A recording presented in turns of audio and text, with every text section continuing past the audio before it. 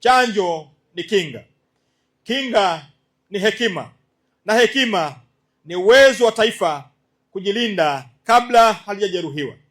Ndugu wananchi, kwa washirika wetu wa maendeleo hususan Gavi na kwa taasisi rafiki kama WHO na UNICEF, tunawashukuru sana kwa mashirikiano haya. Tunawashukuru sana, tuwapigie makofi mengi. Tunawashukuru na tunawakaribisha tuendelee kushirikiana nasi na serikali yetu ya Tanzania katika kulinda afya za wananchi wa Jamhuri ya Muungano wa Tanzania. Ushirikiano wa kweli si ule unaoishia kwa makubaliano ya mezani, ni ule unaoonekana katika mtoto aliyefikiwa, mama aliyepata huduma na jamii iliyolindwa dhidi ya magonjwa.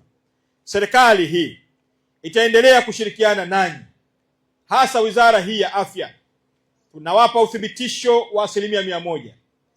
Tuko pamoja nanyi na tuko tayari kuendelea kushirikiana nanyi katika kuhakikisha afya za Watanzania zinalindwa na zinaimarishwa katika maeneo yetu kote. Na serikali itaendelea kutafuta boti na nyenzo nyingine kwa ajili ya maeneo mengine yenye changamoto za kijiografia, ili lengo lililokusudiwa la huduma za chanjo na huduma nyingine muhimu za afya liweze kufikiwa. Wakati tunagawa boti hizi, nami nilifikiria Rufiji, kwa sababu yako maeneo itatuchukua masaa mengi kuyafikia, lakini nikasema kwanza, ndugu zangu wa Kibiti wana changamoto zaidi ya Warufiji. Nikasema badala ya kuipeleka Rufiji, kwanza ije Kibiti kwa watoto wetu, kwa sababu Kibiti hii ilizaliwa na Rufiji.